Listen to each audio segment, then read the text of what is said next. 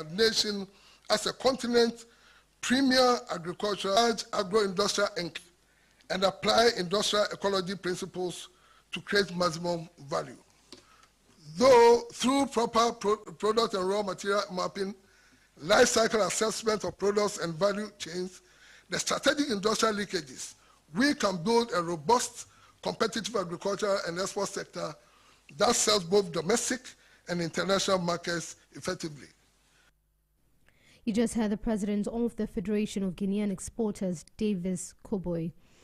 Away from that, the Finance Minister, Dr. Kieselatu Forson, has laid the Energy Sector Levy Amendment Bill 2025 before Parliament, seeking to increase the levy on petroleum products by 1 Ghana cedi. The move is aimed at raising additional revenue to help clear the country's mounting energy sector debt and improve electricity supply.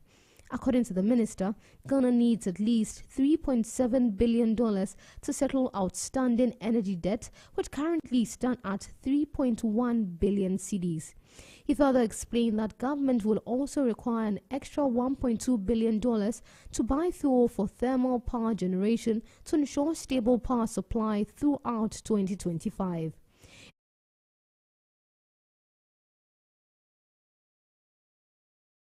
Cushioned by the recent gains made by the local currency. Energy sector legacy debt and to stabilize power supply. Mr. Speaker, the power sector is the biggest economic and fiscal risk we face presently. It could lead to a major crisis if we fail to confront it head-on. The challenges in the energy sector are quite enormous, emanating from debt, shortfalls, insufficient gas, and inefficiencies. The total energy sector debt as at end March 2025 stands as $3.1 billion. This amount includes amount owed to independent power producers, state-owned enterprises, fuel suppliers, and fuel suppliers. Right Honorable Speaker, as a result of non-payment of bills owed to ENI and Car Power, the World Bank IDA guarantee of $512 million and GMPC guarantee of $120 million were completely drawn down in the year 2024. Therefore, Mr. Speaker, the government is required to find an additional $632 million to restore these guarantees.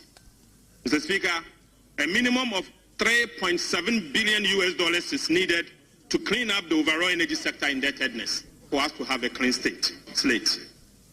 Right Honorable Speaker, Ghana's electricity sector has experienced a significant shift over the years, with the country now heavily reliant on thermal power generation to supplement the hydroelectronic sources.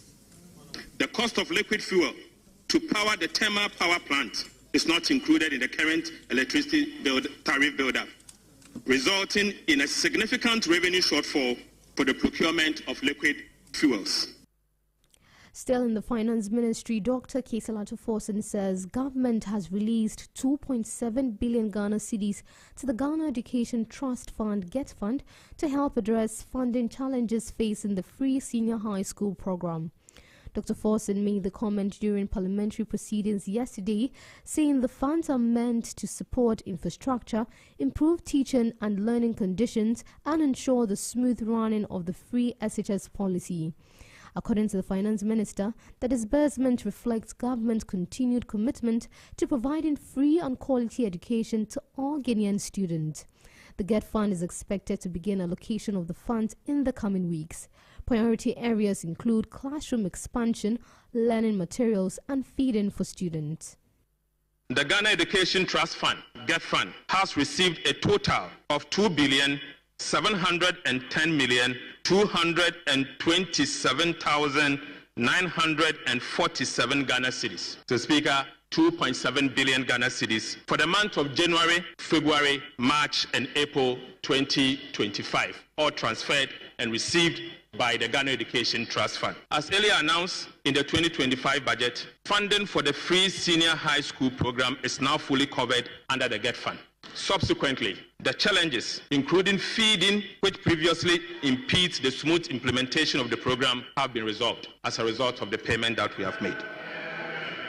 Right Honourable Speaker, these payments are a clear reflection of our commitment to meet all statutory obligations in priority sectors of the economy. Still on the Minister of Finance, Dr. Kaisalatu Forsen says each metropolitan, municipal and district assembly MMDAs will receive at least 25 million Ghana cedis next year to support local development projects. Addressing Parliament on Tuesday, June 3, Dr. Forsen said the move is part of government's commitment to strengthening decentralization and improving infrastructure and social services at the local level. He added that already a first quarter disbursement of 987 million cedis has been made to the District Assembly's Common Fund, with 80% of that amount going directly to the assemblies.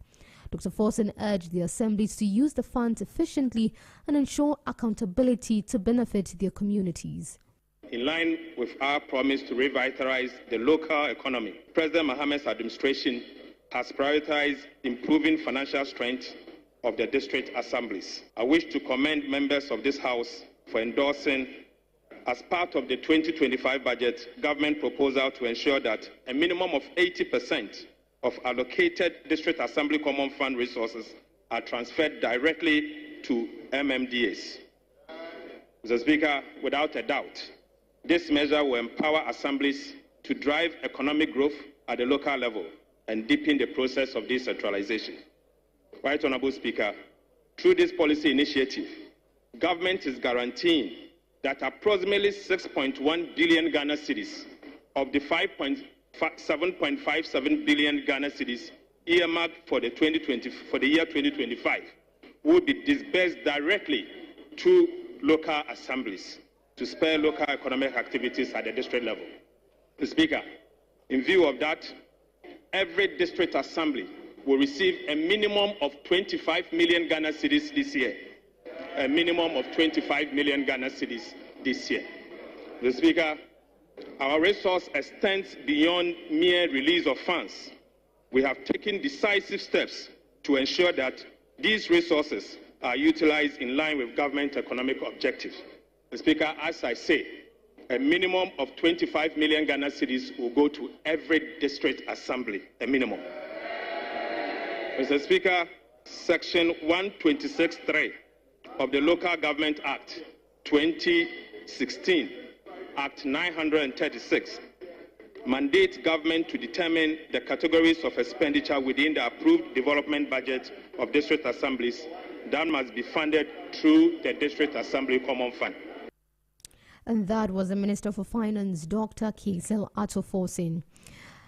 Dr. Ato Forsen has inaugurated a new board of trustees for the Social Security and National Insurance Trust, SNIT, urging members to uphold prudence, integrity and transparency in managing Ghana's pension funds.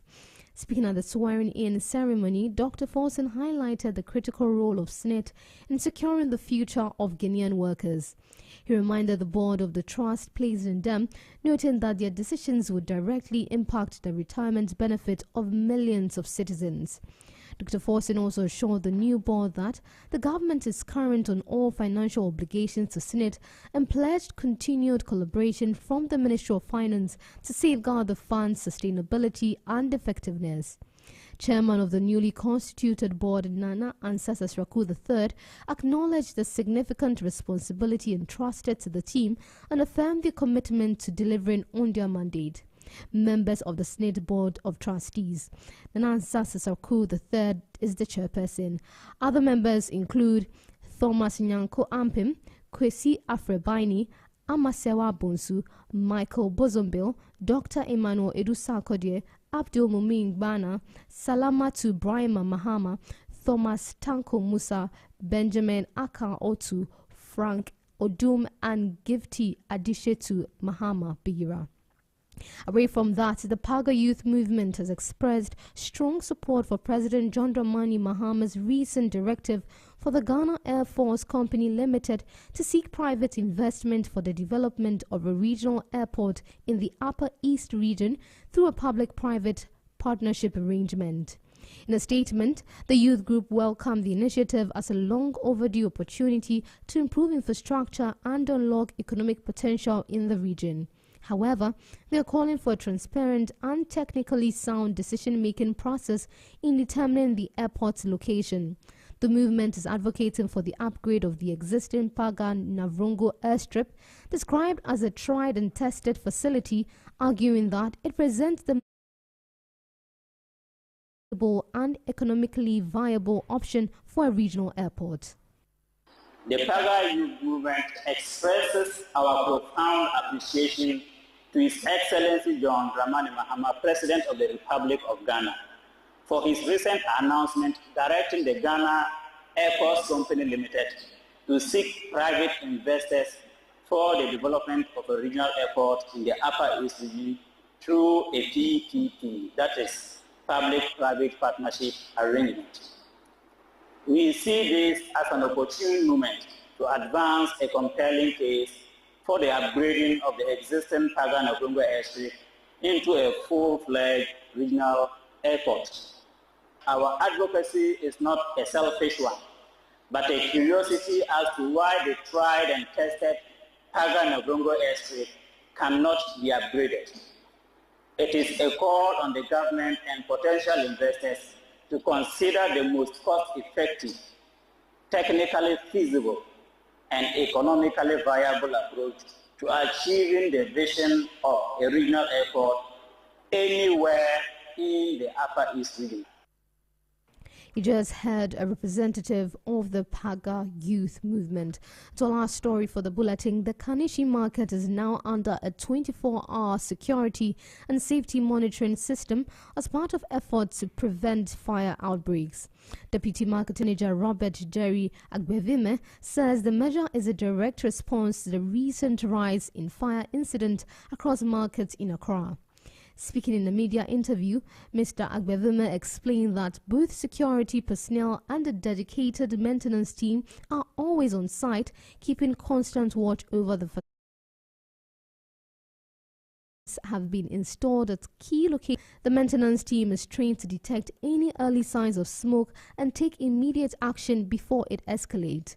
Mr. Agbevime also noted that traders, especially the women, have been sensitized on fire safety measures, including training on how to protect their goods and respond in the event of a fire.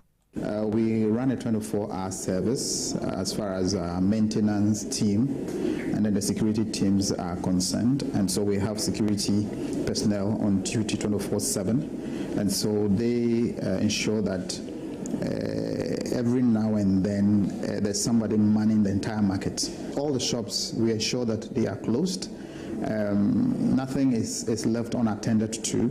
And so by the time before any fires spark or there's any sense of fire or smoke being detected in the way, the security personnel and the maintenance team are able to detect it before it becomes something huge. More so, we have fire extinguishers, assembled at vantage points where as soon as there's any spark of fire, quickly it's attended to. The market women are also been educated to ensure that they are the first point of call when it comes to securing their wares. And so most of them have fire extinguishers. So in absence of our security team and then the maintenance team, they are also able to put out fires when it should occur. And that was the Deputy Marketing Manager of the Kanishi Market, Robert Jerry Agbevime.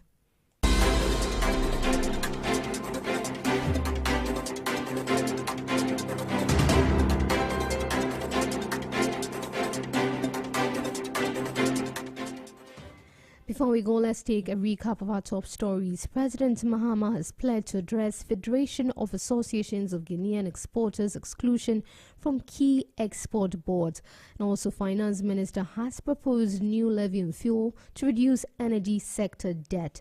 And Kanishi Market under 24-hour security service to prevent fire disasters. And these are the stories we brought to you for News at 6 on 101.9 ZFM.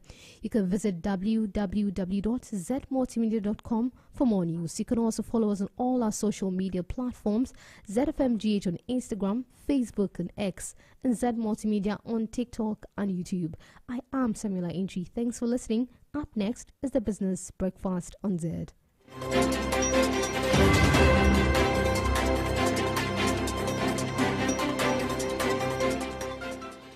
You're tuned in to Zed 101.9 FM, your lifestyle, leisure, and business radio. In the heart of Accra, nestled in the vibrant neighborhood of East Legon and New Beacon, a 360 multimedia firm has emerged. Introducing Zed Multimedia. With a steadfast focus on lifestyle, leisure, and business, we set out to bring high-value oriented programs that captivate the taste and desires of our audience. From the captivating airwaves of Zed 101.9 FM to realms of Zed Digital and the incubation of advanced technological knowledge at Zed Tech, every facet of modern media is meticulously curated to engage and inspire. Also, let's not forget the newfangled newspaper, now under the Zed Multimedia umbrella, delivering insightful journalism with a business focus. Join us on the journey where innovation meets inspiration, where lifestyle meets leisure, and where business thrives. Change is here. Zed Multimedia, your lifestyle, leisure, and business platform. It's your lifestyle, leisure, and business radio. You're tuned in to Zed 101.9 FM, your lifestyle, leisure, and business radio.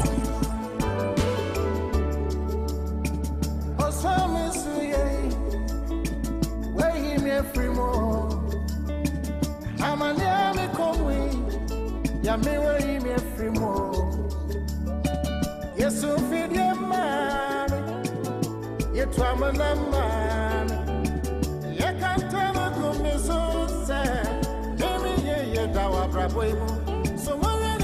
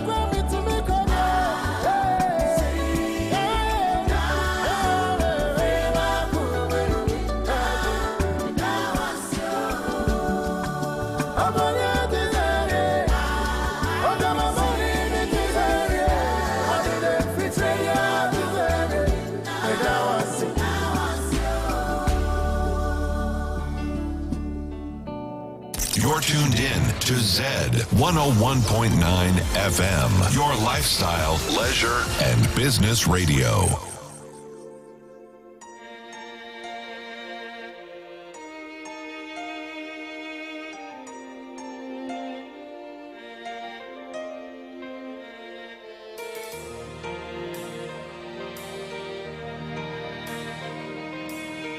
It's the same God who was there for you in the midnight hour.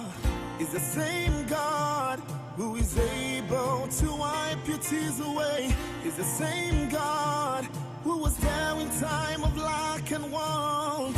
It's the same God. It's Jehovah, my great provider. Tell me why you're giving up on God. Tell me why you're giving up on Him. Tell me why you're giving up on God. Hold on, change is on the way.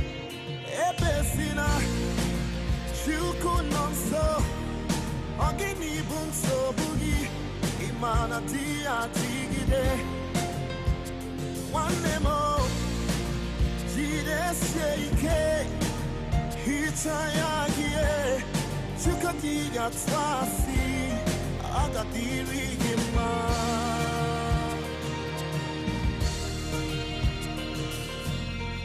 Don't you cry, changes He. Weep him down for a night. Joy's gonna come in the morning. You don't have to cry no more. Hold God by His word. He's gonna do what He says. Lift your hands and give Him praise. Oh,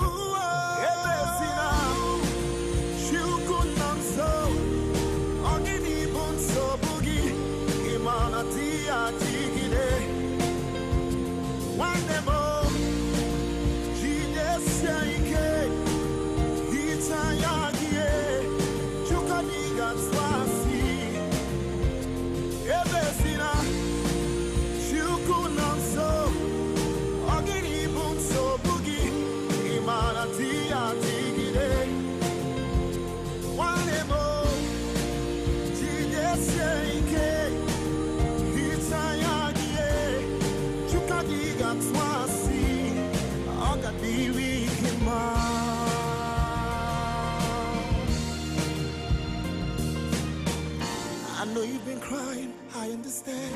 I know you've been wounded, but it's okay. I know you've been broken, but I'm here. Too many are broken heart. Believe in me, you will overcome. Yesterday will be your story. I'm the God of all flesh. Nothing is too hard for me to do, yes. Try to forget, I come to see. Try to forget now. I miss the day.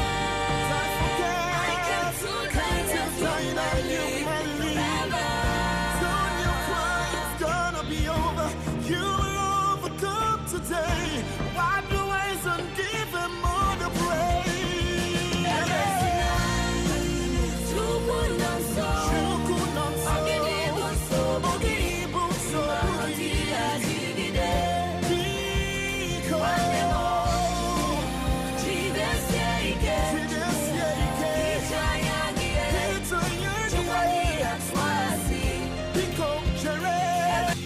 Good morning, Ghana.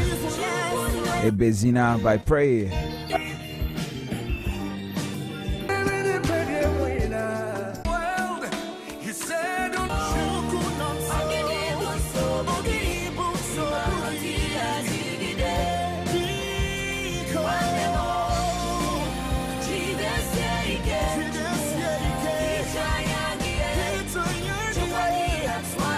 Well, it's a cool, rainy Wednesday, the 4th of June, 2025. Exactly 6:30. This is the Business Breakfast on Zed 101.9 FM. Whether you're under an umbrella or you're stuck in traffic, we're glad to be with you this morning. My name is Nitrebi Hammond, and even with the rain pouring down, our focus stays clear and sharp. We've hit midweek, and it's a perfect time to assess, to adjust, and push forward. And so this morning, from the headline shaping the economy to practical insights for your business, we've got it all lined up for you. So grab your morning brew, stay warm, and let's do this for progress, for Ghana, for God and country.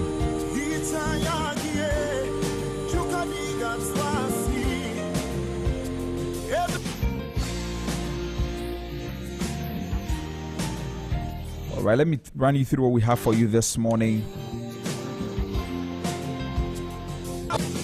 Of course, we start with our news review segment. Right after that, Samuela Entry comes your way with business news.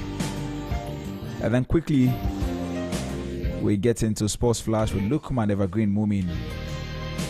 And right after that, I come your way with Business Brief. And then Transport Today comes your way. Then, of course, we enter into a market trends conversation. We get into a market trends conversation. And as usual, we run up everything with a roundtable discussion. And today we're talking about influencer marketing. A very important conversation you don't want to miss. If you really want to see your business do well, you really want to see your business go forward, then this is a conversation you don't want to miss. All right, so let's get into our news review segment right away. Please stay tuned.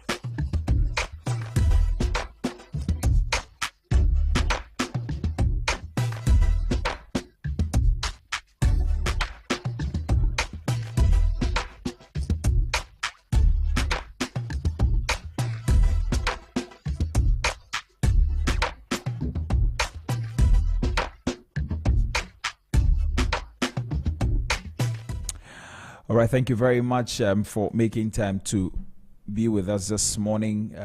We'll start with our news review segment as usual, and I'm starting with the New Finder newspaper, running you through a few of the headlines, and then we'll try and break them down. Also, so starting with the New Finder newspaper, BOG declares war on hidden banking fees and unfair lending. Story is on page 9 of the New Finder newspaper. Also, investors urged to shift gear and back innovation in Africa. Stories on page 9 also. And this one says Ghana's food imports hit 38.9 billion in 2024. Story is on page 8 of the New Finder newspaper. And this one says climate disruptions to raise cocoa prices. Analyst urges Ghana reform. And this one says government eyes Airtel Tigo revamp in 60 days. And BOG clamps down on loan defaulters, tightens rules.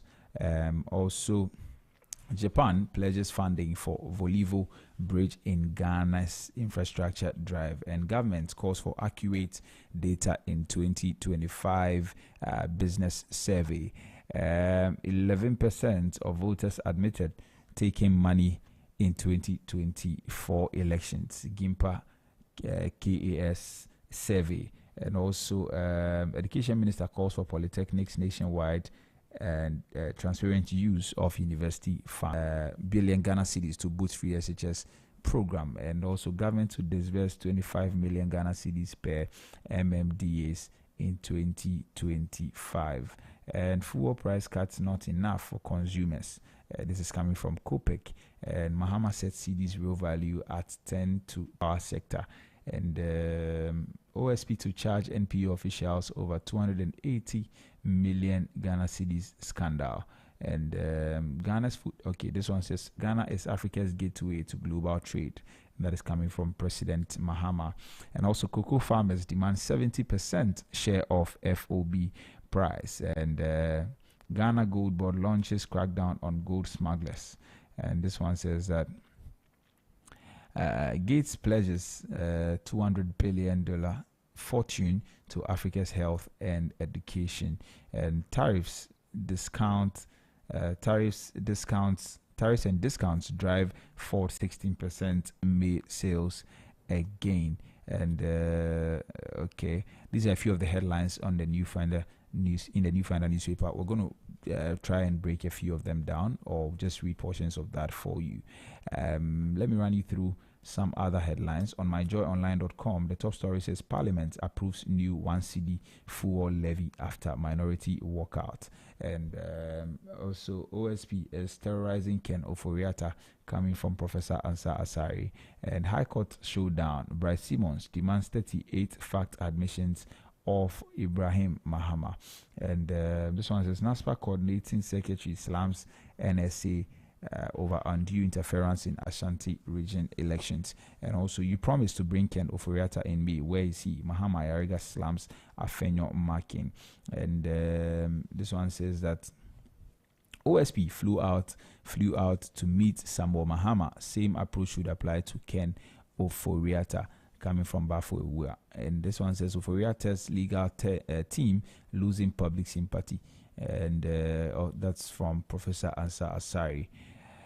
And this one also says that police arrest taxi driver with suspected cannabis hidden in fertilizer sacks.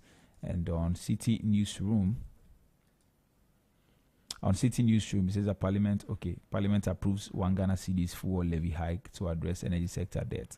And Mahama must rein in security excesses, coming from Atachia.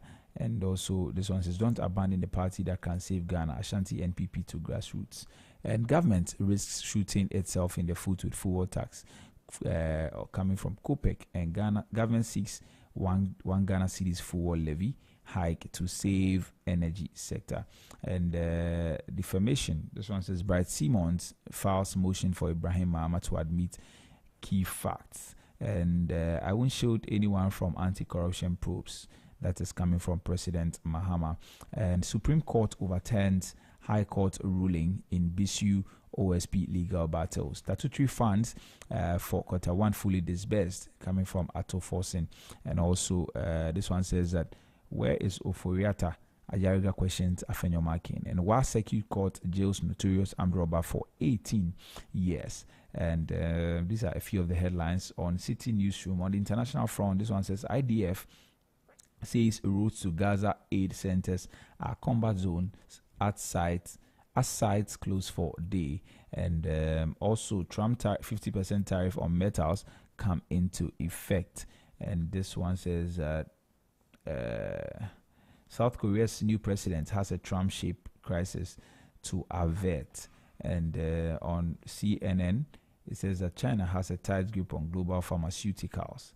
And also Ukraine strikes bridge connecting Russia to Crimea with underwater explosives.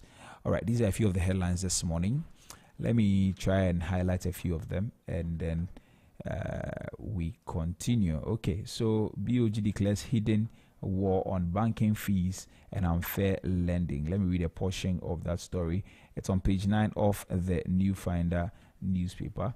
He says that the governor of the Bank of Ghana, Dr. Johnson Esiama, says the central bank is rolling out stricter directives to curb hidden bank charges, tighten rules on interest rates applications, and address lapses in digital lending and governance practices within the banking sector. Speaking in Accra, Dr. Esiama stated that the Bank of Ghana is particularly concerned about non-transparent practices that continue to undermine consumer protection and financial stability. According to him, some banks are applying interest on dormant credit accounts, a situation that often results in accrued interest surpassing the original principal amount. And I quote, he says that some banks continue to apply interest charges on credit accounts that remain inactive. This often leads to cases where the accrued interest ends up being more than the original principal, he noted. Dr. Siama said the Bank of Ghana is finalizing a new set of directives to address such practices, promote fair banking,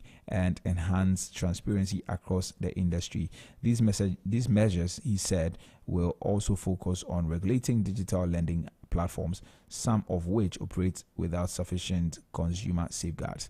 Well, that's a very good one coming from the Bank of Ghana. I think that has been long overdue. This is something that must be done. We need to regulate what goes on in our banking sector, because sometimes some of these charges take a toll on consumers, and it's very important that the Bank of Ghana takes over that to work on. Also, this one says Ghana Gold Board launches crackdown on gold smugglers, and the Ghana Gold Board has announced renewed and aggressive crackdown on gold smugglers, smuggling activities across the country in an effort to safeguard Ghana's mineral revenue and protect the integrity of its mining sector. And speaking at the 2025 Mining in Motion Summit held in collaboration with Ashanti Green Initiative, Chief Executive Officer of the Ghana Gold Board, Sammy Jemfi, stressed that the days of illegal gold trading and gold smuggling are over. Mr. Jemfi disclosed that enforcement mechanisms are being significantly strengthened to ensure that all gold produced in Ghana is traded and exported through official channels, with foreign exchange earnings fully repatriated to benefit the national economy. A very good one too, coming from the Gold Board. The Gold Board. Now, I don't have the statistics, I don't have the data, but I know that Ghana loses a lot of gold revenue, gold export revenue actually, from gold smuggling, and it has taken a toll on us for a long time. It's affected us, and that's why I particularly commend the Gold Board for the introduction of the Gold Board really to deal with this particular one. Of course, people have raised concerns about it, but I believe that the Gold Board has a particular purpose that it must fulfill, and this is one of them, to be able to deal with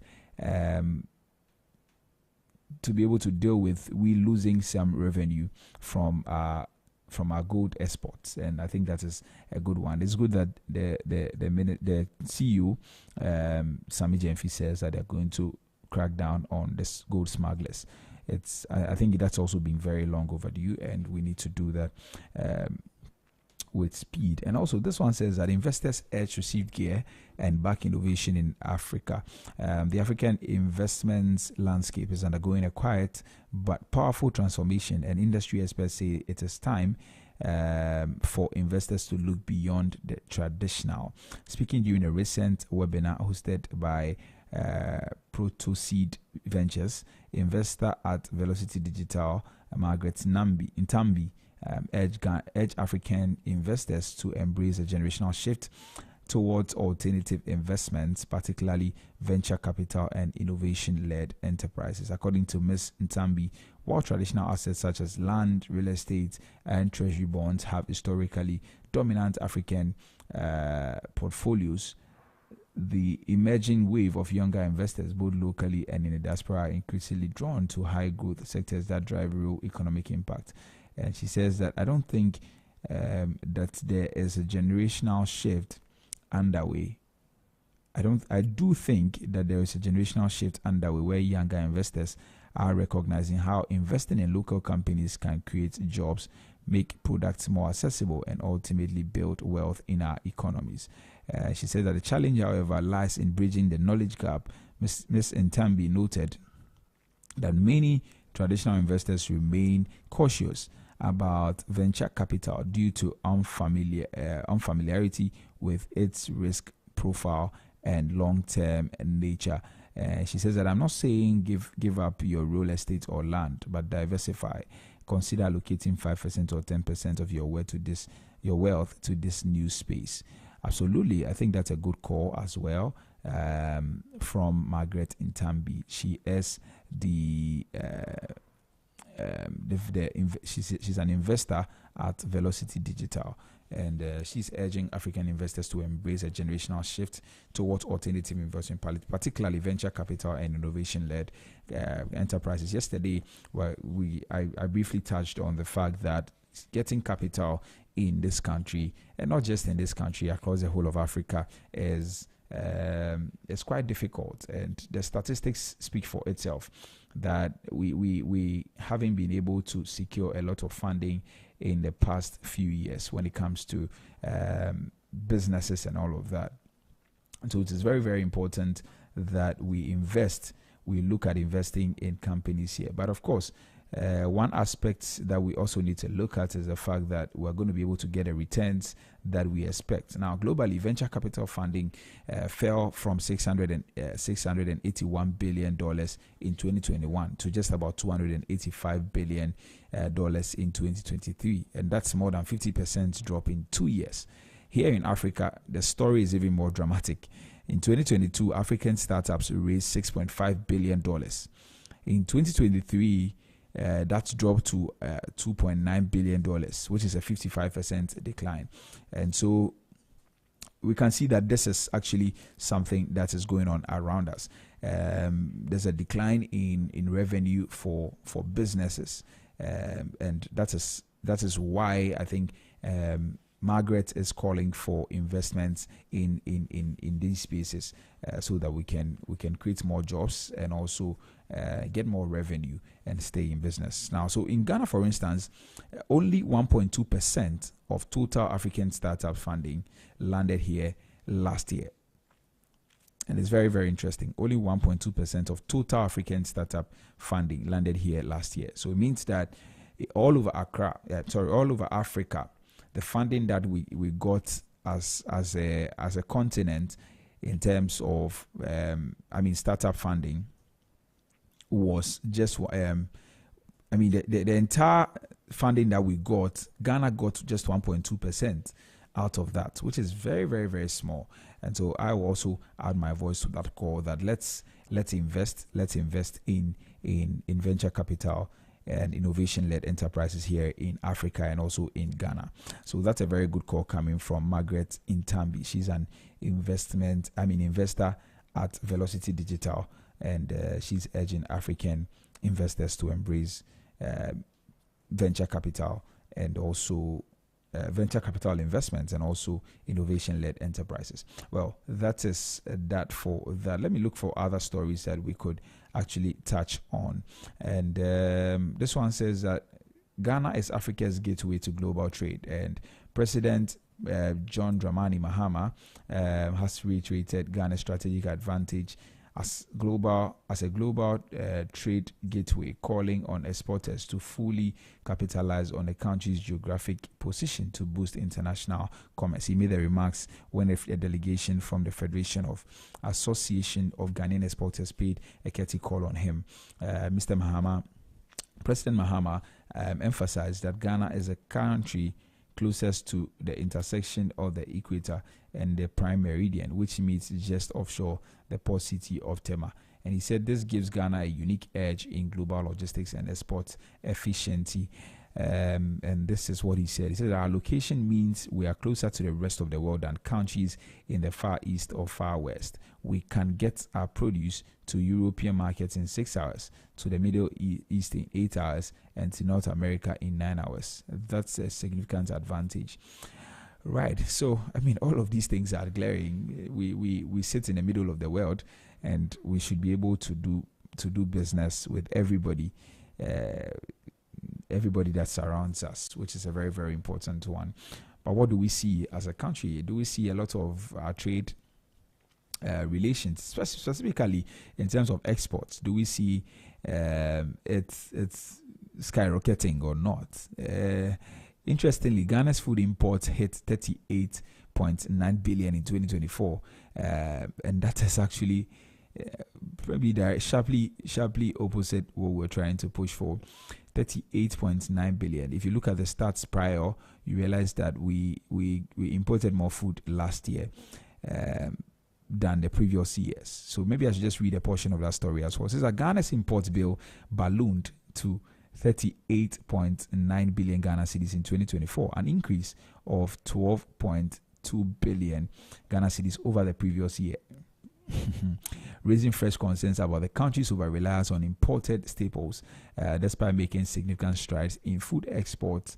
The data released by the Ghana Statistical Service in its latest annual trade report showed that while food exports rose to 46.1 billion, up 12.2 4.6 billion Ghana cedis from the previous year. The rising cost and volume of imports continue to signal major weaknesses in Ghana's domestic food production and processing capacity. According to the report, the most heavily imported items include rice, 3 billion Ghana cedis went into rice importation. Also, cereal grains, 3.4 billion went into that, and frozen poultry, 2.6 billion Ghana cedis, and animal parts, offal and guts, 2.7 billion Ghana cedis, and sugar, 2.4 billion Ghana cedis. So you can see that it is glaring.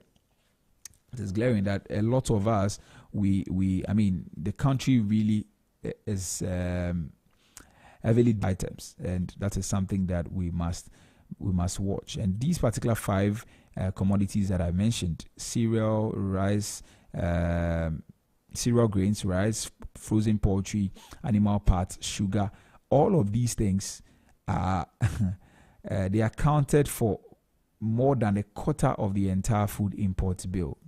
And that reveals a structural gap in our ability to meet local food demand with local supply. Cocoa exports actually continue to anchor the trade balance. Now, Ghana's strong performance in food exports was driven largely by the cocoa sector.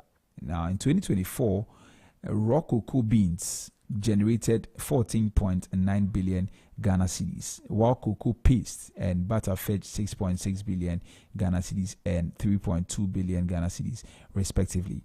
And other key export earners include cashew nuts, 2.7 billion Ghana cedis, also tuna, 2.2 billion Ghana cedis, and shea oil, 1.1 billion Ghana cedis. Now, while these particular exports have helped maintain a positive trade balance in the food sector, some analysts say that the benefits are undermined by the country's dependence on imports for everyday food items. So we see that indeed we are making some progress in terms of exports, but our heavy reliance on imports also it actually affects us as a nation. So essentially, it's like we didn't make any progress, because +1 - 1 is what is happening in that particular space, and that is something that we need to pay attention to. I think that it is indeed good that the president is calling for it's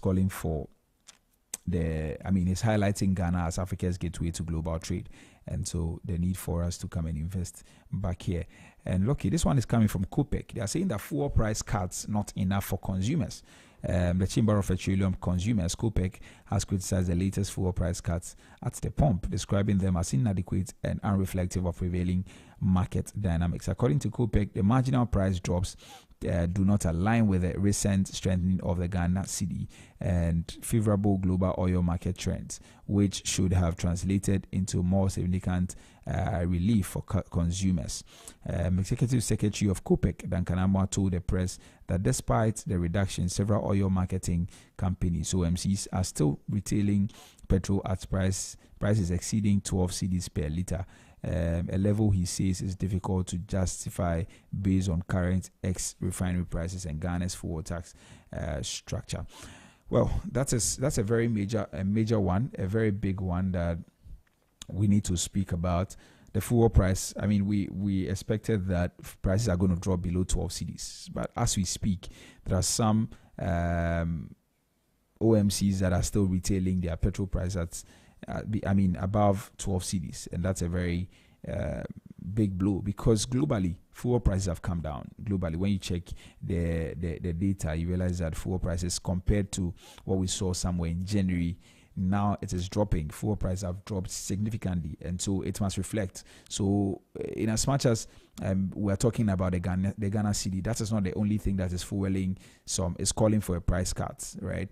We are looking at that to also call, but globally, fuel prices are dropping, and there is a need for OMCs to drop their prices in terms of fuel, and that's something that we need to keep pushing, and we hope to see what comes out of that. Now, a very big one in the newspapers today, and also on the internet today, or maybe in our news today, is that government proposes 1 Ghana cedi fuel levy to save power. Now, a lot of people, maybe I should just read a portion of that story and then I say what I have to say about it. Now, the government of Ghana is seeking parliamentary approval to introduce One Ghana. I think they approved of it. So maybe this story must be edited. But anyway, so the idea is that they've introduced a One Ghana cedi energy sector levy on petroleum products as part of urgent efforts to rescue the country's debt-laden energy sector and secure uninterrupted power supply. Now, Finance Minister Dr. Kesela 2000 on Tuesday, June 3, laid before Parliament the Energy Sector Levy Amendment Bill 2025, which seeks to amend current provisions in the Energy Sector Levies Act to accommodate the proposed increment. Now, presenting the bill on the floor of Parliament, Dr. Forsing explained that the government urgently requires at least $3.7 billion to settle arrears and outstanding debt across the energy value chain, adding that an additional $1.2 billion will be needed to procure fuel for thermal power generation throughout 2025. And this is actually something a lot of people have been speaking about all over social media. I've been monitoring conversations, and you see that people are saying that, oh, you took away e-levy.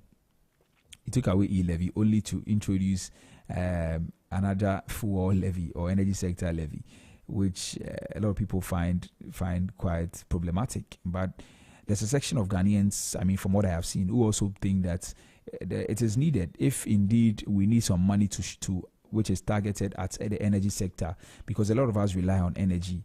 If you don't have lights, you wouldn't probably be listening to me this morning. If I didn't have lights, I wouldn't be speaking to you this morning. So we all rely on electricity. We all rely on energy. And so if indeed we need just one cedi from to be able to deal with the debt in the energy sector, then it's a good call. So that is also what other people are saying. I'm going to leave that for you to judge. If you think that that is a step in the right direction, please feel free to engage me. Our WhatsApp number is 0544321019, 0544321019, or you can call us on 030395661, 030395661. So those are the two views, all right, on this particular matter. So some people are saying that why would you have to take off e-levy? You said e-levy was burdening Ghanaians, and now you've come to introduce another fuel levy, which is One Ghana cedis, and they find that problematic. The other people also say that if it is for power, we know where this particular money is going to, and that will, if it's going to help our power sector, then we can give towards it, because we know that it is realistic. I mean, it is something that we need very much to be able to keep the country running, because nobody wants doomsaw anymore. Nobody wants the lights to go off. So we want the lights on. So if we have to pay one cedi, and we know that this particular one cedi is targeted or is directed at the energy sector, then it's a step in the right direction. So we want to hear from you as well. If you have any comments to say on, to share on that. So those are a few of the stories this morning. I've been trying to break them down for you. Maybe a final one just before we go. Now, 11% of voters admitted taking money in 2024 election. I thought we moved past this, but anyway, people are still taking money to vote for political parties, and that is something that we must watch. And this is from a recent survey by the Ghana Institute of Management and Public Administration, GIMPA, in partnership with Conrad Adenauer Stiftung. And they uncovered that 11.1% of voters accepted money or some form of inducement to vote in Ghana's 2024 general election. Please, Ghanaians, let's move past taking money to vote for people. Vote based on policies. I mean, I can't tell you who to vote for or in any election, but let's vote based on policies. Let's vote based on competence. Let's vote based on what we are seeing in our country. And that is the way to go, rather than taking money to vote for people in an election. But anyway, politicians, please stop giving bribes. We will clamp down on you very soon if you don't stop. But anyway, that's how we wrap up this morning on our news review segment. This one proudly brought to you by me from the newsroom, from the studios here in East Legon. But up next is Business News with Samuela Entry. Please stay tuned.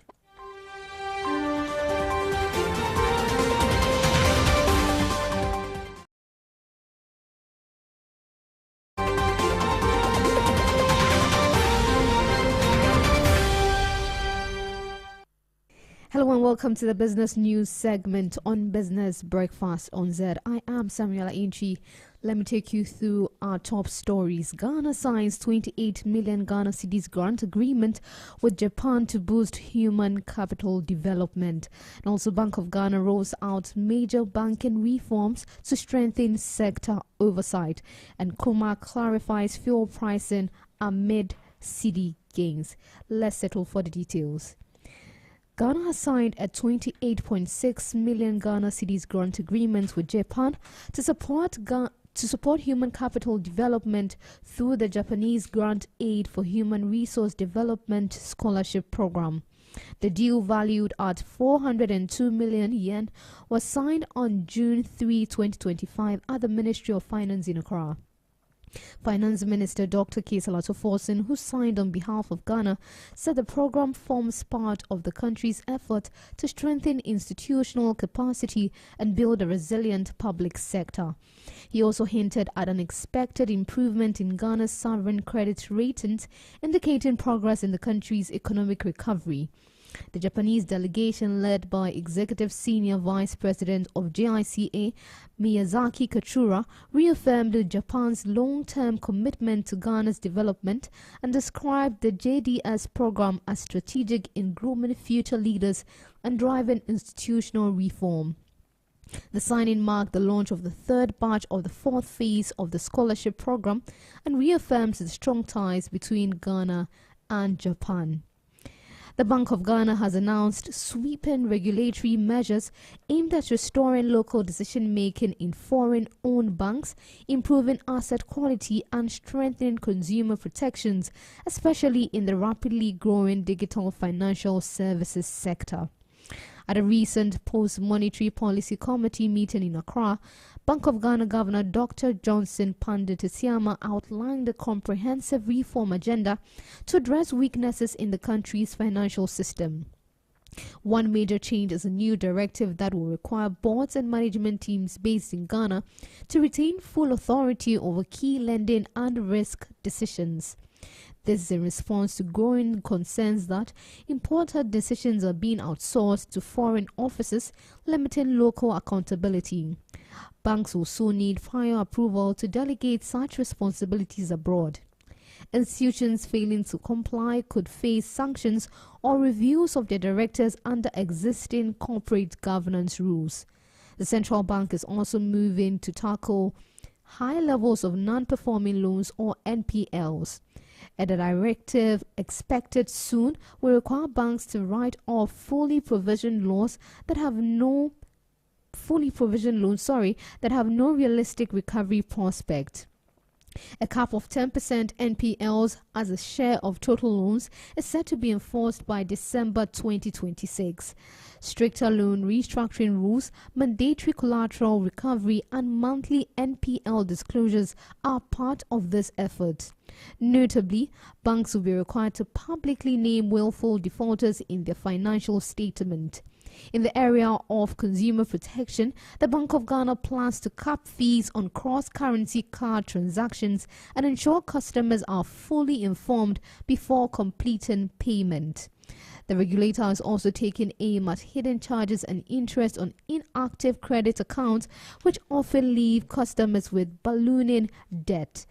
A set of digital lending guidelines will also be introduced by August 2025. And these will apply to both traditional banks and fintech operators, setting standards on licensing, transparency, data privacy, and ethical recovery methods. In other stories, the Chamber of Oil Marketing Companies, COMAC, is urging Guineans to understand that recent fuel price reductions are not solely driven by the appreciation of the Ghana cedi. In a statement responding to mounting public concern and criticism, especially from the Chamber of Petroleum Consumers, COPEC, COMAC explained that ex-pump prices are influenced by a mix of global and local market factors, not just currency strength. COMAC says while the recent gains of the cedi are important, they are only one piece of a complex pricing equation. The chamber highlighted that fuel prices are impacted by international crude prices, freight charges, statutory taxes and levies, and operational margins. It emphasized that most current fuel stocks were purchased in the previous pricing window when exchange rates were less favorable and global oil prices were higher.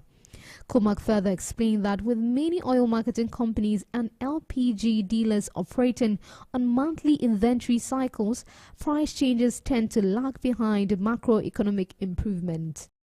They added that in Ghana's competitive and saturated fuel retail market, companies often operate on tight margins, reinvesting in service infrastructure and customer satisfaction even when profitability is low.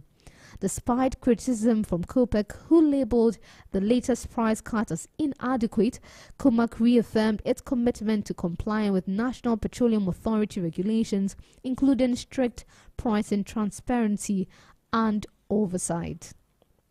That's all our story for the bulletin. The Governor of the Bank of Ghana, Dr. Johnson Isiama, has announced a plan to reduce the country's lending rate to 10% or lower within the next 4 years. This initiative is aimed at enhancing private sector investment and accelerating economic growth. Ghana's current average lending rate stands at approximately 27.4%, posing a major obstacle for businesses, especially small and medium-sized enterprises, in accessing affordable credit. Dr. Siamak outlined the plan during the AGI Corporate Forum in Accra, emphasizing the need for urgent structural reforms. The central bank is currently in active discussions with commercial banks to implement sustainable measures that can bring down interest rate over time.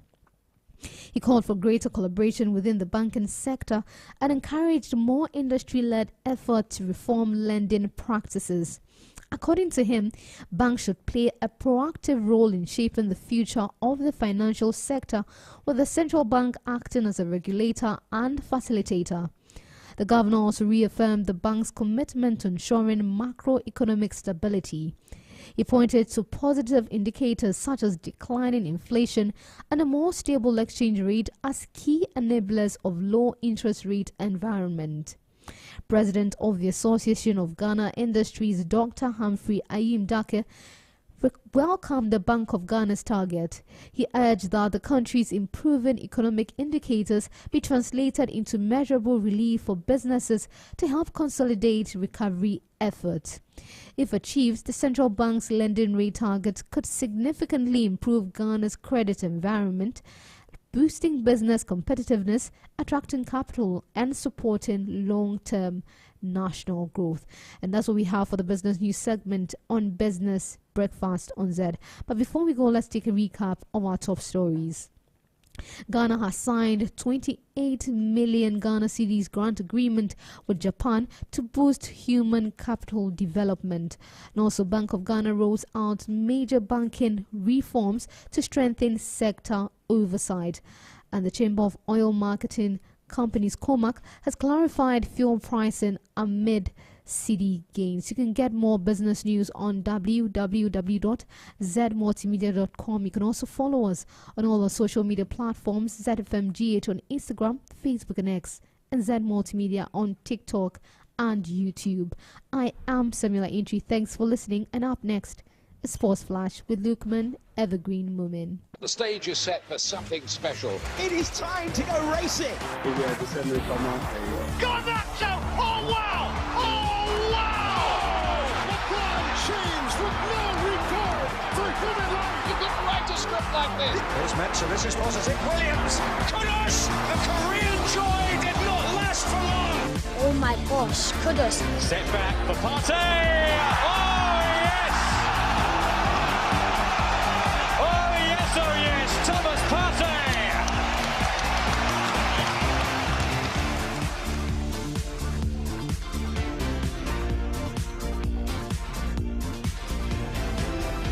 Hello, good morning. It's time for Sports Flash on the Business Breakfast on Zed. My name is Lukman Evergreen Moment. The Black Queens are struggling for wins after a shocking defeat in Abidjan last night. Meanwhile, the FA has released a statement on the Basake Holy Stars and Nations FC game. Players are making moves in Europe, and the French Open is becoming more exciting at the last 8 stage.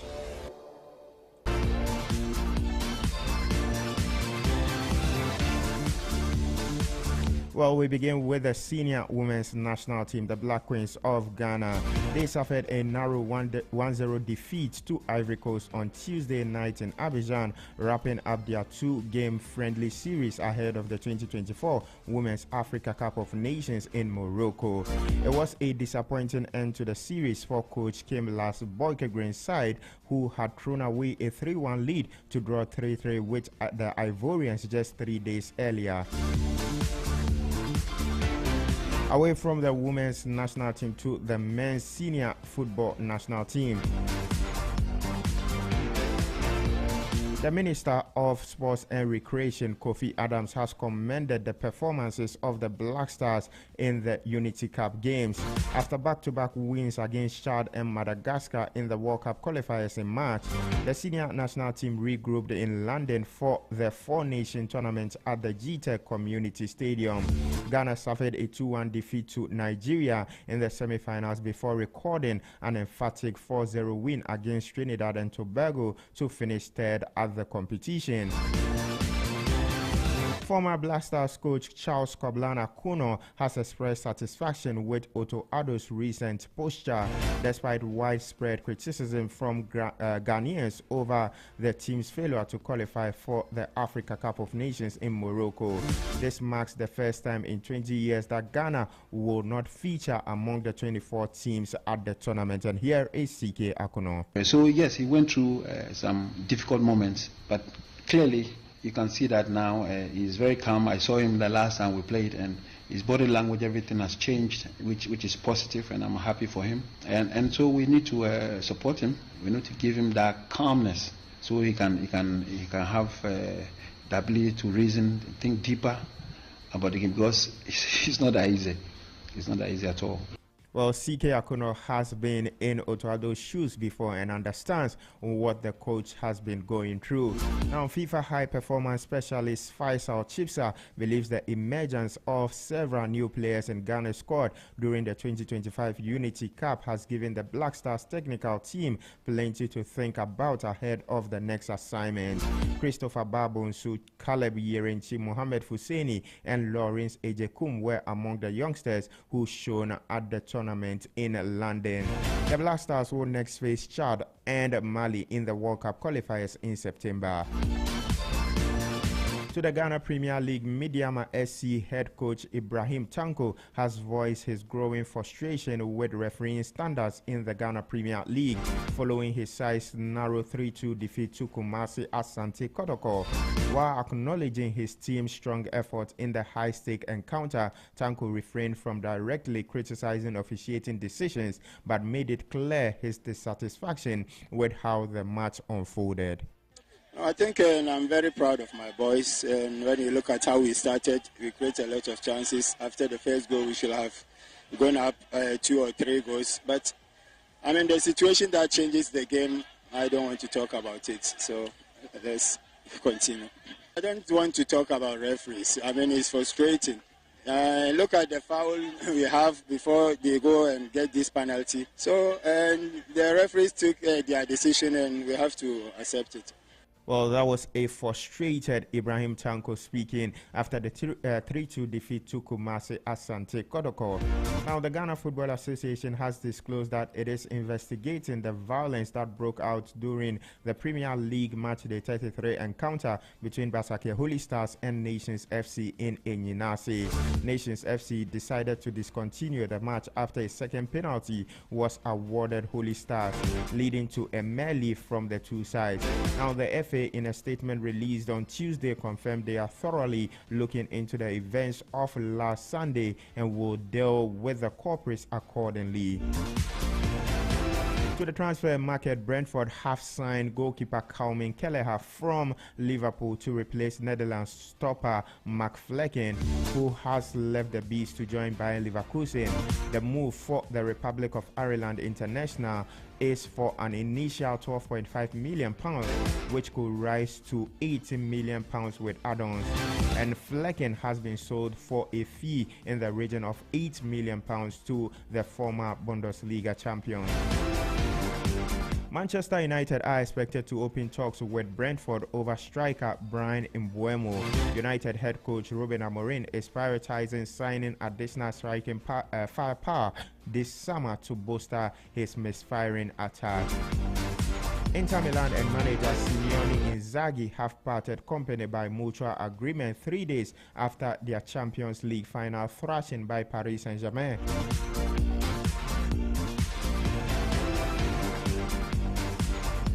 The 49-year-old, who was appointed by the Serie A club in 2021, has joined the Saudi Arabian Giants ahead of the FIFA Club World Cup. And in sports business, the UK government has threatened to sue former Chelsea Football Club owner Roman Abramovich to make sure the money from the club sale goes to Ukraine.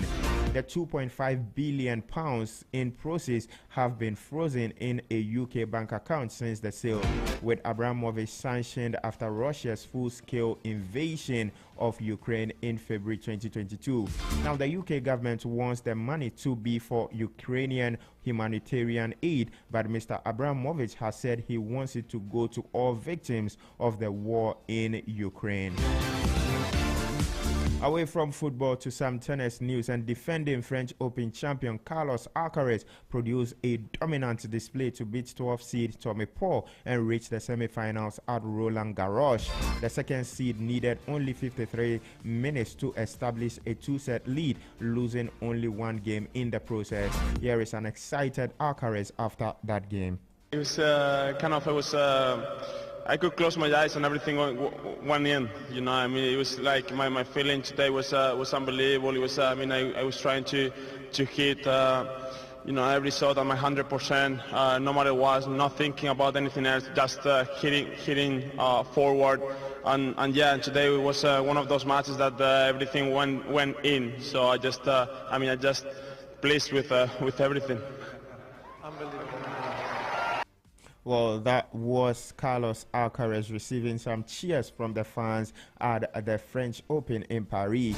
Still in tennis, the Spaniard will now face 23-year-old Lorenzo Musetti for a place in Sunday's final. The Italian 8 seed defeated Frances Tiafoe 6-2, 6-4-6, 7-5, 6-2 earlier on Tuesday and is into the Grand Slam semi-final for the second time in his career. Now here is Musetti also speaking after defeating the veteran Tiafoe. Starting from the condition, I think was pretty windy and was not that easy, you know, to find the right feelings with the ball. And but I managed, you know, to win this incredible third set, which was probably the key of the match, and definitely was probably. Gave me that extra motivation and extra energy, you know, to put more energy and intensity on the last set. Well, that was Lorenzo Musetti who defeated Frances Tiafoe. Now he will be facing Carlos Alcaraz in the semi-final of the French Open. To the women's category, world number 1 Aryna Sabalenka will face three-time defending champion Iga Swiatek in a blockbuster French Open semi-final between the two title contenders. Now Sabalenka edged a tight quarter-final against China's Olympic champion Zheng Qinwen 7-6, 7-3, 6-3 on a blessed caught Philippe Cartier on Tuesday.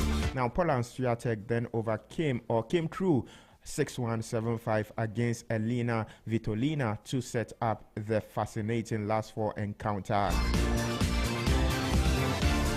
That will be all for sports this morning. My name is Lukman Evergreen Moment. Business Breakfast on Zed continues with Nii Trebi Hammond.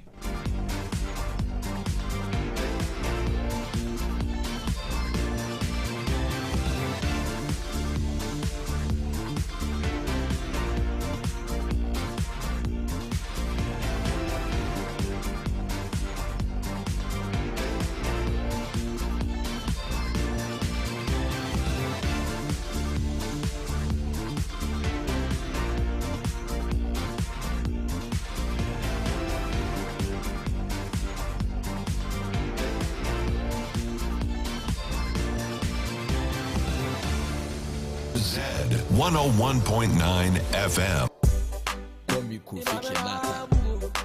Great family.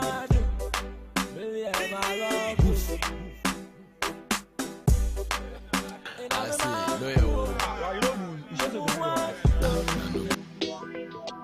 Zed 101.9 FM.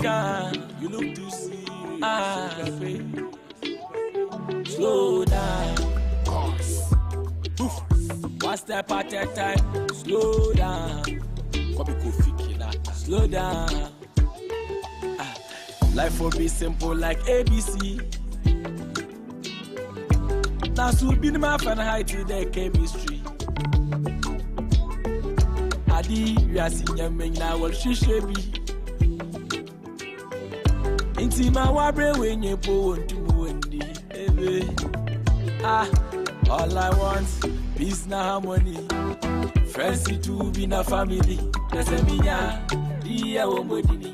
And the DJ put the come on my walking. I don't care. What am I do? What am I say? No, they scare me. I don't care. I mean, who get what it pass me? No concern me. I don't care. I tell you, say, who do what it pass me? No concern me. I don't care. What am I do? What am I say? No, they scare me. If they give you all the money, make you take. But the next morning, yeah, you no go wake. You go pay me, you go take. Nah, you no go take. It means say life is precious more than money. I do what I can, I know they worry. Obi I was storing, Timada solid. Mama be mama pressure, forget you be I they do my thing. But they did but I don't come away. Forget you be I they do my thing. But they did but I don't come away. Your baby no one do again. I beg no can be your say. One step at a time, slow down. You look too serious, you I say. All I want, peace na harmony. Friends to be na family. That's a minya, dia wombodini. And the DJ put the come on my walking. I don't care. You're tuned in to Zed 101.9 FM. Your lifestyle, leisure, and business radio.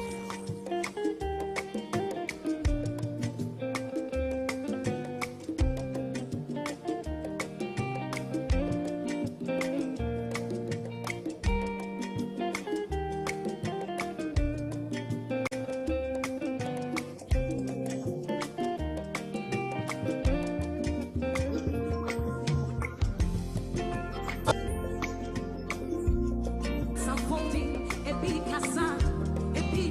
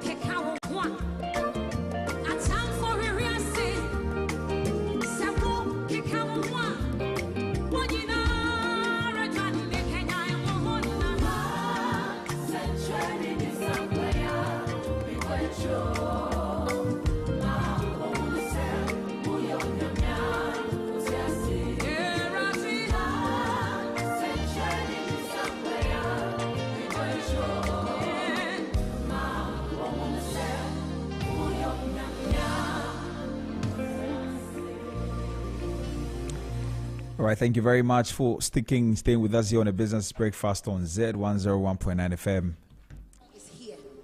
We get into earlier on. You heard the Lukman Evergreen movement with Sports Flash, and also Samuela entry with business news. Very soon we get into our business brief segments. Please stay. Let's get into it.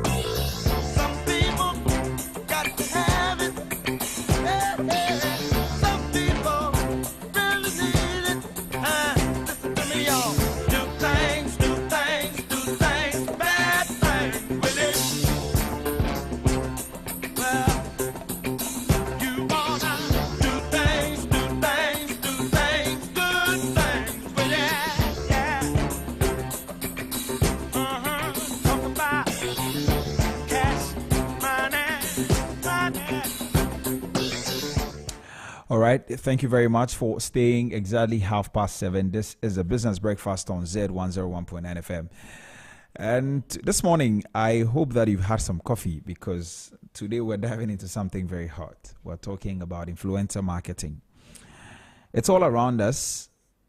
It's on our phones, in our conversations, in the way we discover new products, and every aspect of our lives today. It's something that we can't ignore, especially in this digital age. Whether you are building a startup, you are leading a brand, you are investing in innovation, or even just casually scrolling through your feed, you've seen the wave. But here's the truth about influencer marketing. Now, just because it's popular doesn't mean it's always working. Just because it's popular doesn't mean it's always working. And a lot of people are getting it wrong. And that is why it is very important that we talk about it. And we have decided to throw light on this one. Now, let's begin with why this even matters. Influencer marketing is no longer a novelty. It's a core part of digital strategy worldwide. Globally, there are people that are doing, almost everybody is doing influencer marketing because it is helping them reach their goals. But regardless, there are times that people are not making the returns that they expect. Now, in 2016, the influencer marketing industry was a 1.7 billion industry. This was 2016. It was a $1.7 billion industry. In 2023, it grew to $21.1 billion globally. In 2016, it was just 1.7. By 2023, it grew to $21.1 billion globally. And in Africa, we are not being left behind. Nigeria and South Africa lead the continent, with Ghana rising very, very fast. In fact, Africa's influencer market is projected to hit $370 million by 2027. So yes, money is flowing, but impact, well, that's another story. And here's the uncomfortable truth. Most influencer campaigns don't deliver what they promise. Let's start with the brand side. 67% of brands say that they find it hard to measure ROI on influencer campaigns. 67% of brands say they find it hard to measure return on investment on influencer campaigns. Only 11% of Gen Z, which is our next big consumer segment, say that they trust influencer endorsements. So we all know that where the world is headed, Gen Zs are the biggest, they are the next big consumer segment for any marketing you want to do. Only 11% of them say that they trust influencer endorsements. It means that most of them don't believe in influencers when they come and post things and when they come and say, hey, this is a product you need to check out and all of that. A lot of them, 89% of Gen Zs don't believe in influencers. And 1 in 3 influencers have a follower base that at least 20 to 30% bots or inactive accounts. 1 in 3 influencers have a follower base that is at least 20 to 30% bots or inactive accounts. So what does that mean? It means that businesses are spending money talking to people who don't exist or who don't care. It means that businesses are spending money talking to people who don't exist or who don't care. Because you see, there are people, influencers that have huge following. The statistics is saying that, the stats are saying that 20 to 30% of these people, these followers, are inactive or they are bots. So they are there, you can see the numbers, but indeed, in reality, most of those accounts are inactive. All right, so it's a very important thing. Let's break this down further. Why are so many influencer campaigns falling flat? Number one is misalignment. Brands often choose influencers based on vanity metrics. Now, we call something vanity metrics. Vanity metrics are the followers, the likes, and maybe even the aesthetic So somebody is choosing an influencer simply because the person looks good, the person dresses well, the person is... Meanwhile, they are influencing different things. Maybe the person is a fashion influencer, and then you are doing maybe tech, then you want to go for such a person based on the numbers that they have. People are following them because they like the fashion bit of them, right? And not necessarily they are influenced over tech. So if you go for somebody like that, then you're probably shooting yourself in the foot. So a lot of people choose influence, a lot of brands choose influencers based on vanity metrics, followers, likes, and aesthetic and all of that. But you see, if the influencer doesn't align with your brand values, your voice, and audience, then you are wasting money. For example, a fitness brand partners with a fashion influencer who never talks about wellness. The person looks good, sounds impressive, but sells nothing.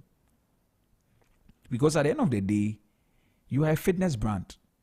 If you're partnering with a fashion influencer, there is no way that person talks about wellness. And so people don't follow them because of that. That is the point I'm making. So misalignment is one of the problems a lot of people make.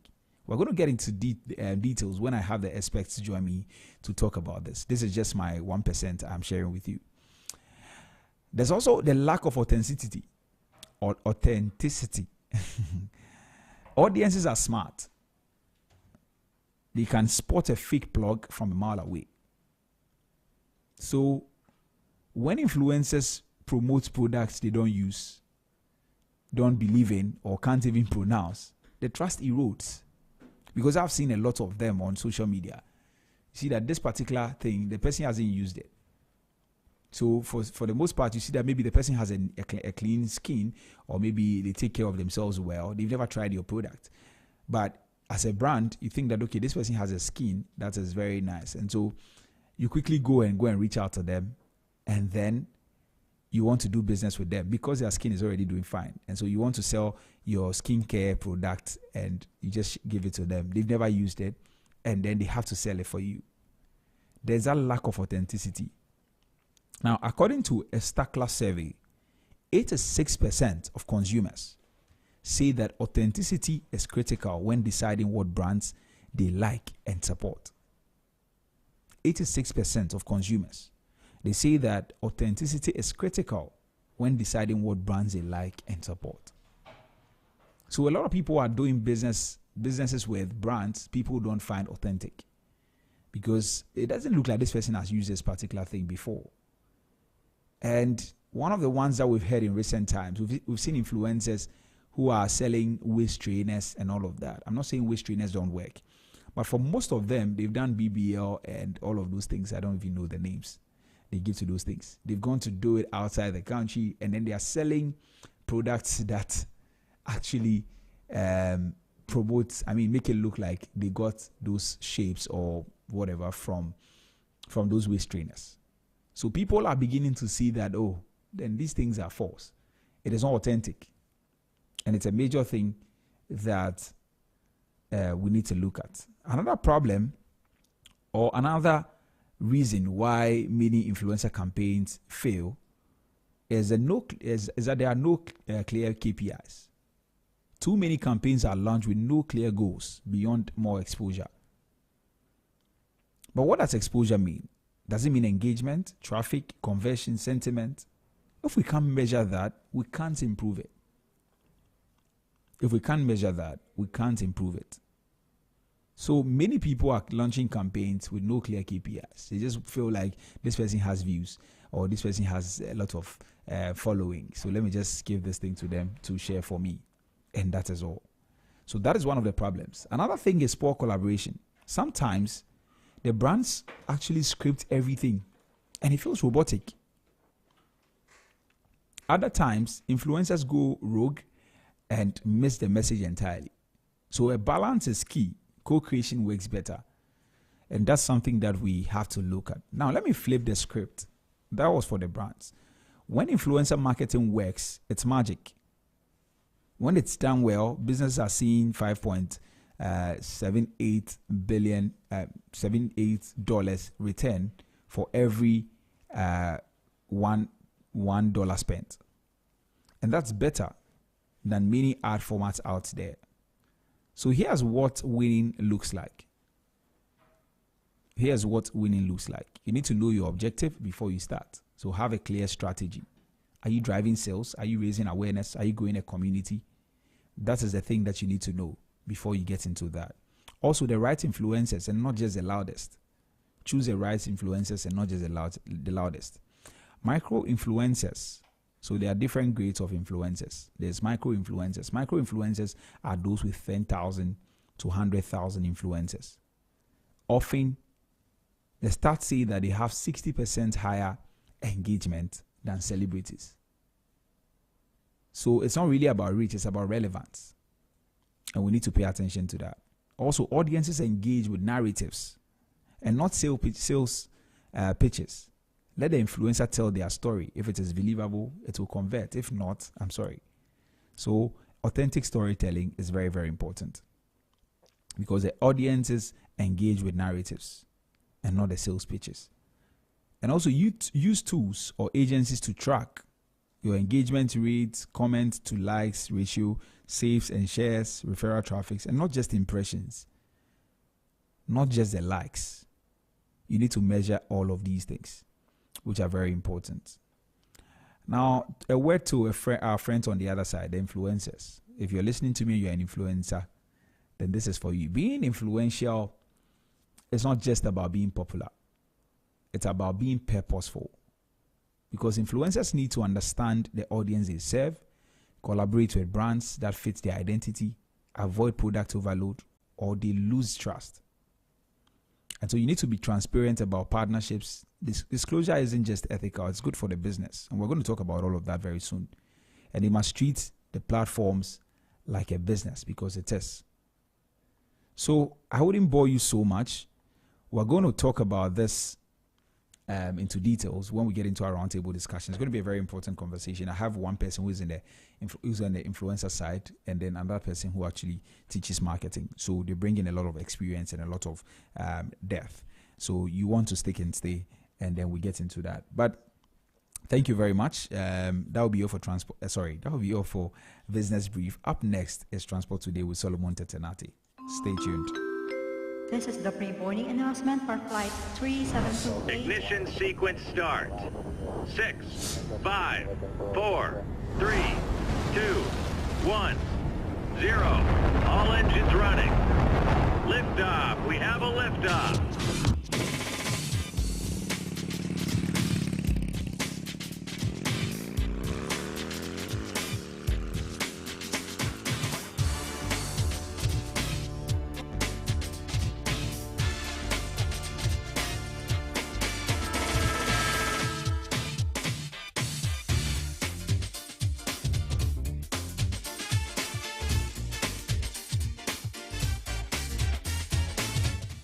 All right, thank you very much for staying with us. Solomon Tetenate is seated and is ready to bring us transport today. Solo, good morning. How are you? Good morning, Nee. I'm doing well by the grace of God. How about you? Yeah, I'm doing very well too.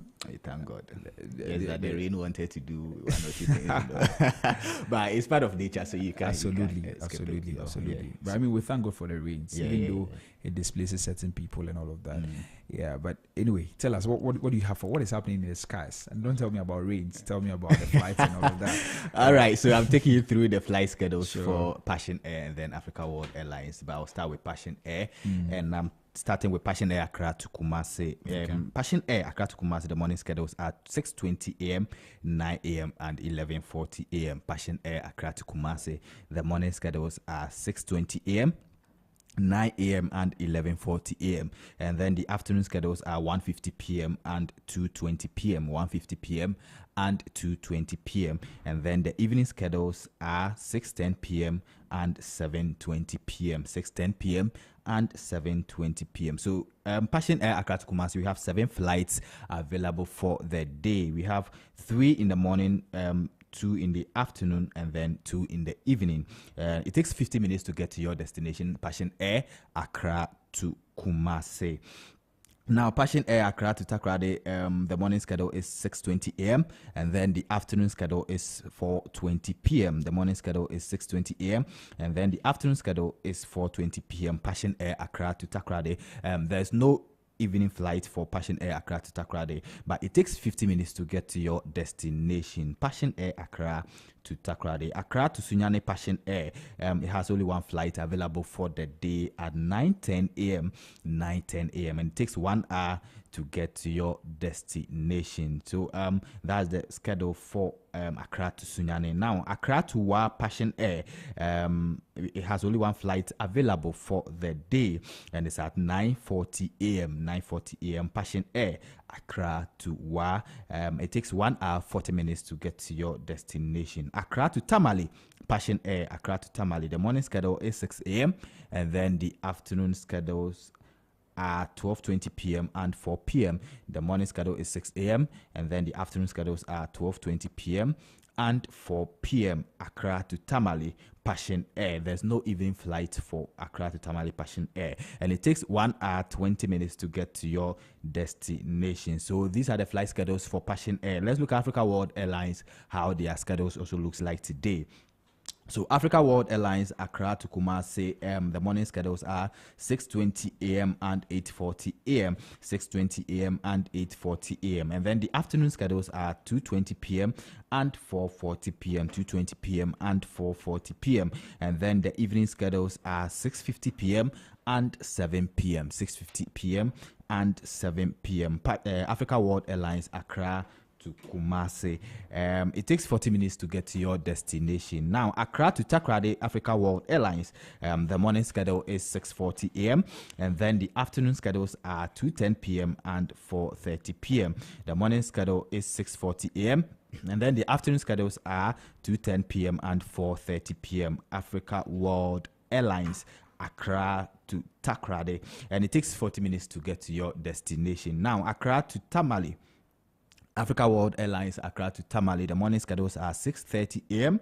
and 9:30 a.m. 6:30 a.m. and 9:30 a.m. and then the afternoon schedules are 12:30 p.m. and 3:30 p.m. 12:30 p.m. and 3:30 p.m. Accra to Tamale Africa World Airlines. It takes 1 hour to get to your destination. So these are the flight schedules for today, and that's Africa World Airlines and then Passion Air. Let's look at the traffic situation in town. There's traffic in town at the moment, right from Accra Mall, if you're heading to Accra, or Circle, right from Accra Mall all the way to Afrikiko. There's traffic. The road is very busy right from Accra Mall to Afrikiko. So from Accra Mall past Accra Marriott Hotel, past Stanbic Heights, past Evie Homes, past 37 Military Hospital, past Jubilee House to Afrikiko is very busy at the moment. So if you are using the main road, that's the information for you. Also, Gifford Road is also building up slowly from 37.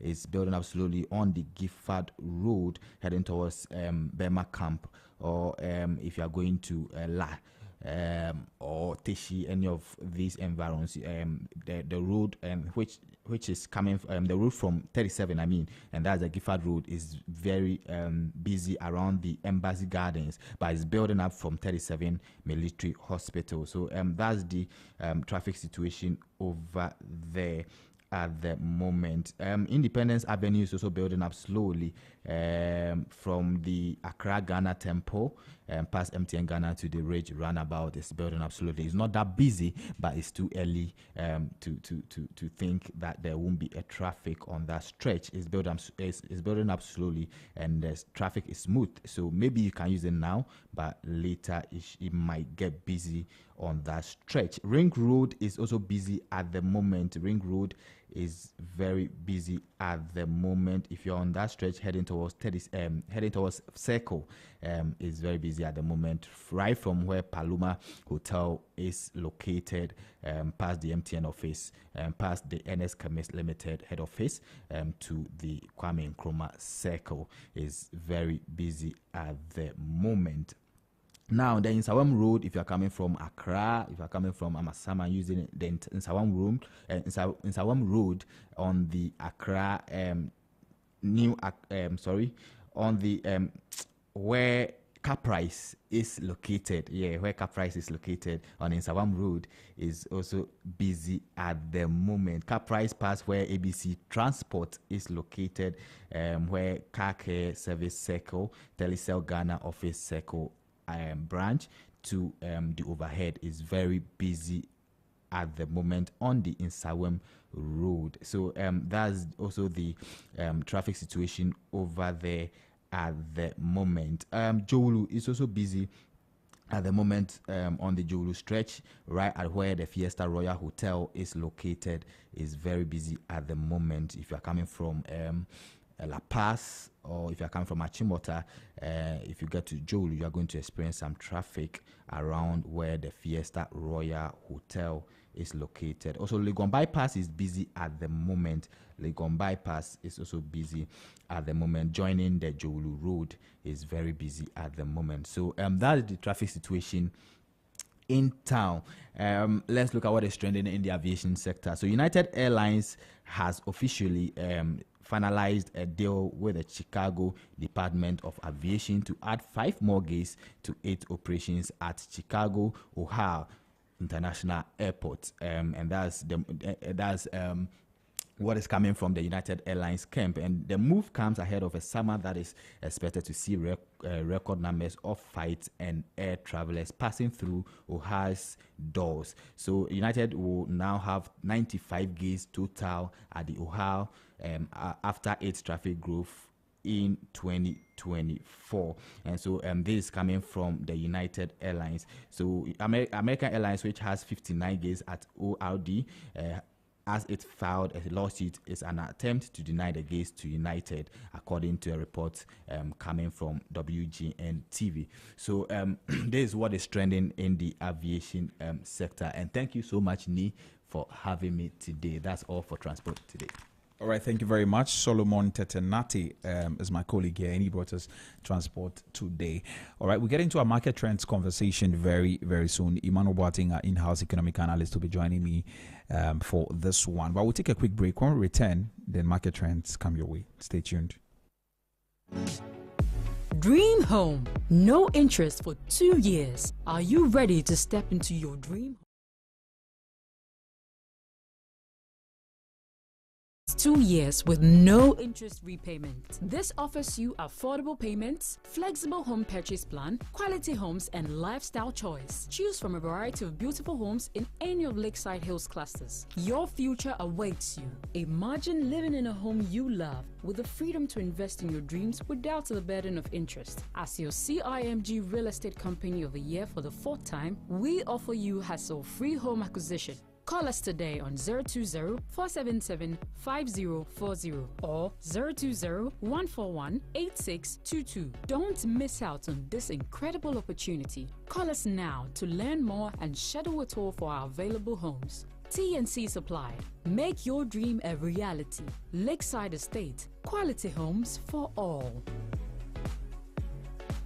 You're tuned in to Zed 101.9 FM, your lifestyle, leisure, and business radio.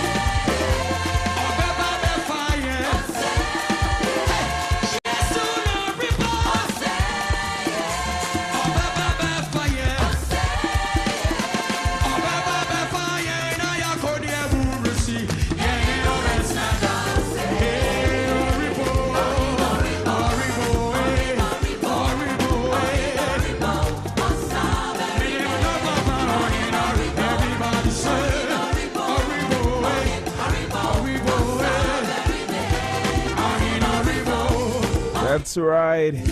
Thank you very much for staying with us. Exactly 8 o'clock. This is a business breakfast on Zed 101.9 FM. The song in the background is Yabwedu Jr. with a Pentecost praise. Well, do you know that you can own your own house in just 2 years with no interest repayment? That is very, very possible only with Lakeside Estate. Yes, you can own your own house in just 2 years with no interest repayment. Lakeside Estate has got an exclusive offer for you, and this offer gives you affordable payments, flexible home purchase plan, quality homes, and lifestyle choice. And you get to choose from a variety of beautiful homes in any of the Lakeside Hills clusters. So your future awaits. Just imagine living in a home you love with the freedom to invest in your dreams without a burden of interest. All this is possible with Lakeside Estate. As a CIMB Real Estate Company of the Year for the 4th time, we offer you hassle-free home acquisition. All you have to do is to call us today. And the number to call is 020-477-5042. 020-477-5042.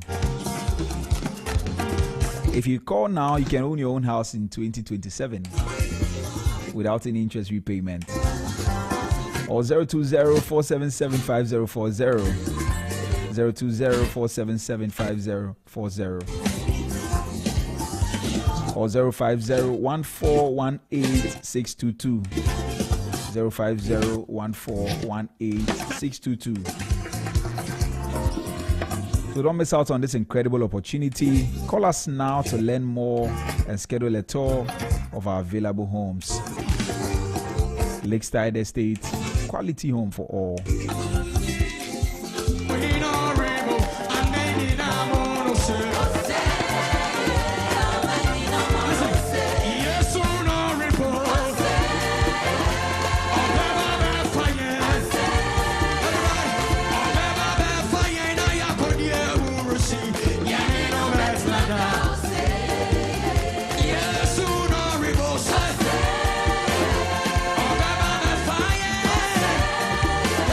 Yes,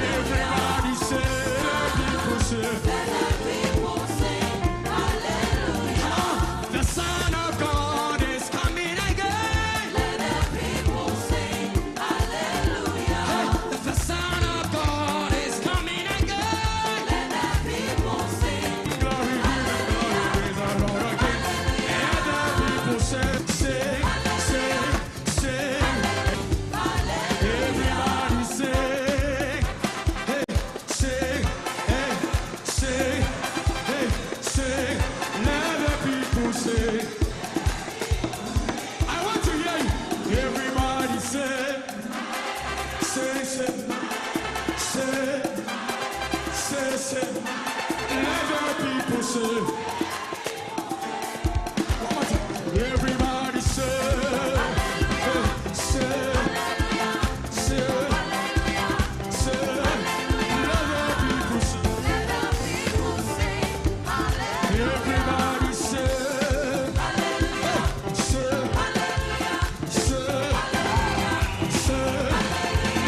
All right, thank you very much for sticking and staying with us here on the Business Breakfast on Zed. I hope you are enjoying the music. Very soon we get into our market trends conversation, and Emmanuel Boating, our in-house economic analyst, will be joining me for this important conversation.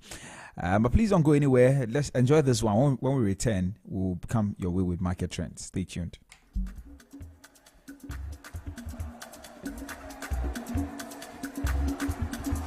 Okay, can we do this?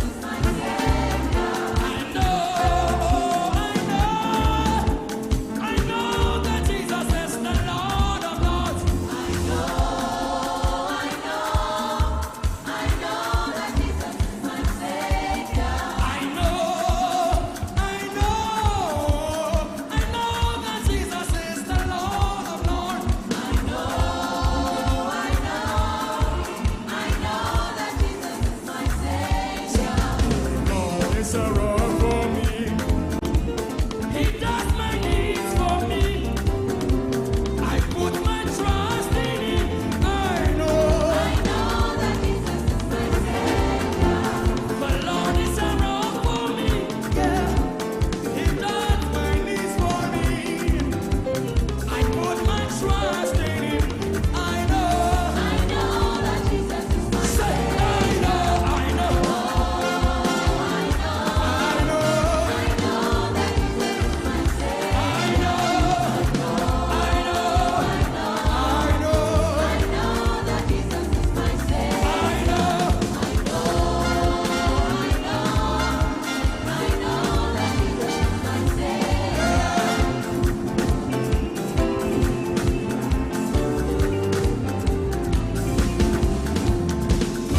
All right, thank you very much for staying with us here on the Business Breakfast on Zed.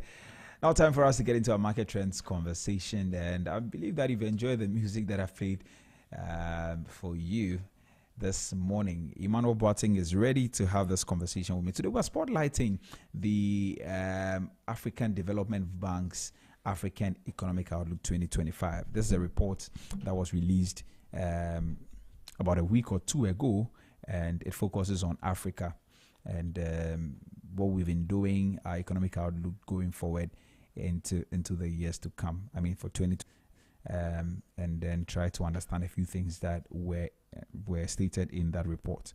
And I have joining me over the phone lines our in-house economic analyst, Emmanuel Boateng. Iman, good morning. Good morning, Mitrabi. Yeah, how are you? We're talking about the African Development Bank's 2025 African Economic Outlook, and that is what we're going to focus on. Now, the report states that, and that will be my first question to you, that 10 African countries, which includes Ghana, saw a growth increase of more than 1 percentage point, 1.0 percentage point from 2023 to 2024. I want you to tell me what specific domestic reforms and maybe macroeconomic management strategies do you believe contributed to Ghana's improved economic performance during this period? You know, okay, the whole thing, a lot of people have thought that, okay, we haven't been doing well. I mean, from 2023 to 2024, we saw a sharp decline in 2022, and then we picked up in 2023 to 2024. I want you to tell me what specific domestic reforms and macroeconomic management strategies you believe contributed to our improved economic performance during that period. Well, it largely has to do with the debt restructuring. The debt restructuring is the one that played a major role. We restructured $5.4 billion worth of bilateral, debt owed to bilateral creditors, and about $13 billion debt was restructured with bondholders. And the aim was to restore fiscal credibility and investor confidence in the Ghanaian economy. And the report mentions that our fiscal debts widened due to increased government spending, although we restructured the debt, which eased pressure on us, and as it were, made us look good in terms of viewing us from an economic standpoint. And so the major, as it were, domestic policy that contributed to our improved economic performance was the restructuring of our debt. And because then we didn't have debt servicing obligations, we were in debt.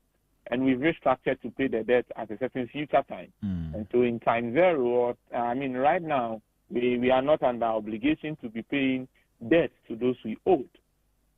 And that gave us space to be able to do something. The other point I'm adding is that despite this, we still spent in the year 2023-2024, largely because that year was an election year. And every election year, when you look at the data, our spending is quite high. And we understand because we spend to finance the election. Maybe we can have discussions around the efficiency of the spending. But that is really what happened.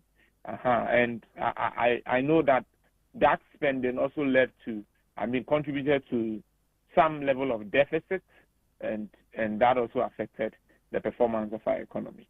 And I mean, there were some challenges also around the time, like inflation, the currency depreciation, and the rest of them. But we saw that one of the good things that came out of that debt restructuring was the fact that